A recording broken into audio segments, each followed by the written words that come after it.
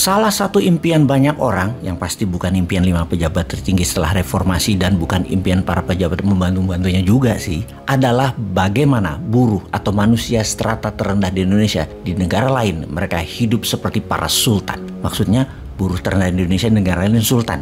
Yes, iya benar. Kita ke catatan sejarah. Setelah negara penuh intrik di zaman Pak Karno diambil alih selama 32 tahun dipimpin dengan menekan dan otoriter oleh Pak Harto, maka setelahnya ada 5 pemimpin tertinggi dalam 24 tahun ini dengan 5 macam kabinet yang membantunya. Kita semua tahu karya mereka baru menghasilkan pendapatan per kapita sekitar US dollar 4.300-an. Baru menghasilkan pemenuhan kebutuhan akan besi yang hanya 50 kilo per orang, atau baru menghasilkan 300 watt daya listrik per orang, alias baru membangun 75.000 megawatt listrik. Di mana kita tahu sebuah negara dikatakan negara makmur adalah pemenuhan kebutuhan besi nasional adalah 1000 kilo per orang per tahun. Dan negara menghasilkan 1000 watt per orang per tahun. Alias kalau dihitung dalam kebutuhan besi nasional, kita harus membangun kapasitas produksi 20 kali dari kapasitas terpasang sekarang. Power plant untuk listrik harus membangun 4 kali lipat dari kapasitas terpasang sekarang untuk dikatakan Indonesia negara makmur. Kita masih belum menghitung berapa jalur irigasi yang harus dibangun agar Indonesia mandiri pangan 150% sehingga bisa menjadi lumbung pangan ASEAN. Strateginya saat ini masih dodol. Buktinya petani sawit saat ini teriak kesakitan karena tandan buah segar nggak dipanen rusak, dipanen malah miskin akibat harga rendah karena kebijakan yang tidak konsisten. Bagaimana mau jadi lumbung pangan dunia? Kali ini yang kita tampilkan adalah semua raport merah atau nilainya di bawah rata-rata kelas dari kelolaan 7 pejabat negara saat ini. Khususnya yang 5 terakhir karena harusnya mereka lebih pintar dan lebih bebas melakukan apapun demi rakyat karena demokrasinya sudah bebas. Namun dapat dipastikan saat ini sila kelima dari Pancasila sudah hilang karena keadilan sosial bagi seluruh rakyat Indonesia baru bisa terpenuhi keadilan bagi sebagian orang di puncak piramida khususnya konglomerat dan oligarki yang merupakan sponsor pejabat-pejabat dan politikus. Ini harus disudahi, ini harus distrategikan tanpa merusak. Kita mulai dengan cerita pengalaman pribadi agar paham apa yang mau akan kita lakukan. Minggu lalu saya ke Bali. Sebagai seorang yang untuk makan saya memilih tidak memakan makhluk yang dibunuh terlebih dahulu, alias saya bukan pemakan daging. Saya seorang vegetarian amatiran karena baru 10 tahun ini melaksanakannya menjadi seorang vegan atau menjadi vegetarian. Maka untuk makanan, Bali adalah tempat surga bagi saya untuk memilih menu di setiap kafe, restoran, masakan vegan dan vegetarian ada di semua tempat. Suatu sore saya mendapat teman baru di mana saya berdialog panjang dengan mereka karena mereka juga vegetarian. Mereka sepasang suami istri yang sudah tinggal di Bali menikmati pensiunnya selama 4 tahun terakhir ini. Setiap hari hanya menghabiskan waktu berjalan-jalan santai, menikmati hidup. Apakah dia orang kaya sehingga bisa hidup di negara orang dengan berkelimpahan? Mereka berasal dari Norwegia, sebuah negara yang pendapatan per kapitanya adalah 60.000 dolar. Namun dia bukan warga negara berpendidikan tinggi.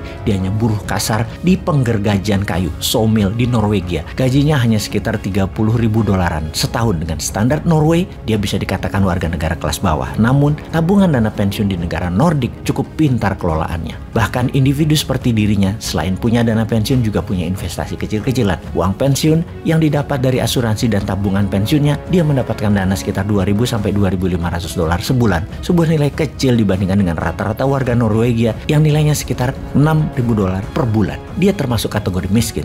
Tapi dia nggak tinggal di Norway, dia tinggal di Bali. Nilai segitu setara 30 jutaan rupiah. Sebulan itu sangat besar hidup di Indonesia. Penduduk miskin dari Eropa ini menikmati kehidupan makmur di Indonesia. Kok bisa begitu? Itulah yang disebut kekuatan ekonomi sebuah negara berdaulat dan peduli rakyatnya. Saat ini kita melihat diri kita sendiri, kita merasa makmur. Namun faktanya dalam strata ekonomi atas di Indonesia ini yang dikatakan penghasilannya katakanlah 100 juta per bulan, liburan ke luar negeri harus hitung-hitungan dengan keras. Apalagi kalau penghasilannya hanya 5 jutaan sebulan. Hanya nonton sinetron aja dan lihat YouTube tentang Eropa saja bisanya. Nggak bisa berwisata ke banyak negara untuk membuka wawasan dan melihat betapa indahnya dunia di tempat lain selain Indonesia. Kita tahu GDP per kapita Indonesia itu adalah 4.300 dolar alias pendapatan per tahun rata-rata pendapatan manusia Indonesia adalah sekitar 65 juta setahun atau 5,4 juta rupiah per bulan. Nilai itu beneran rata atau jomplang? Yang 10% pegang 70% harta, yang 90% penduduk rebutan sisanya yang 30%. 50% harta.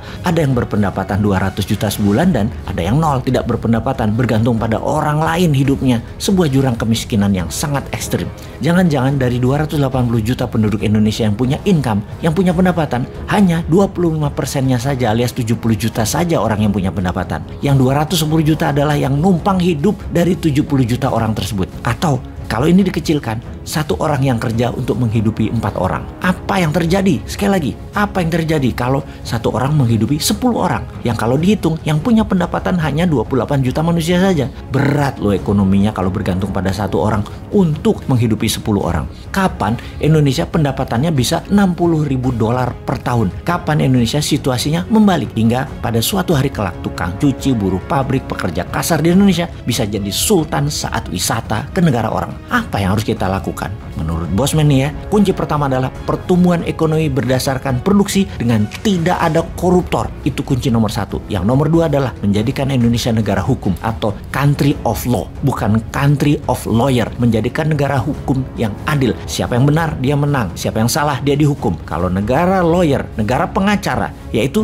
siapa yang bayar, dia yang menang. Kita mulai dari mana? Yuk, kita mulai melihat dari apa yang terjadi di depan mata kita dan mulailah gigih melawan korupsi. Bencilah korupsi. Jangan biarkan pejabat punya usaha bercokol di jabatannya, di mana kebijakannya adalah untuk mendukung usaha-usahanya. Dia tidak bekerja untuk rakyat. Juga mulailah kritis soal proyek-proyek yang cuman habisin duit, yang menghabiskan uang dengan hutang besar, namun tidak bisa membayar cicilannya karena proyek tersebut tidak produktif. Setelah dibangun, dijual-jual. Dan banyak hal lagi yang tidak pro rakyat harus diingatkan kepada rakyat. Setelah kita menyatakan perang terhadap korupsi, maka kita mulai dengan pilihan raya di tahun 2024 ketika pemilu dilakukan. Pastikan pejabatnya dan timnya adalah pejuang anti korupsi. Pastikan program ekonominya pro rakyat yang membuat Indonesia negara superpower nomor 1 di dunia di tahun 2045. Pastikan bukan berpola yang sama dengan membangun pakai hutang. Pastikan kebijakan luar negerinya membuat Indonesia berdaulat. Sahabat, terima kasih buat pilihan Anda tersebut.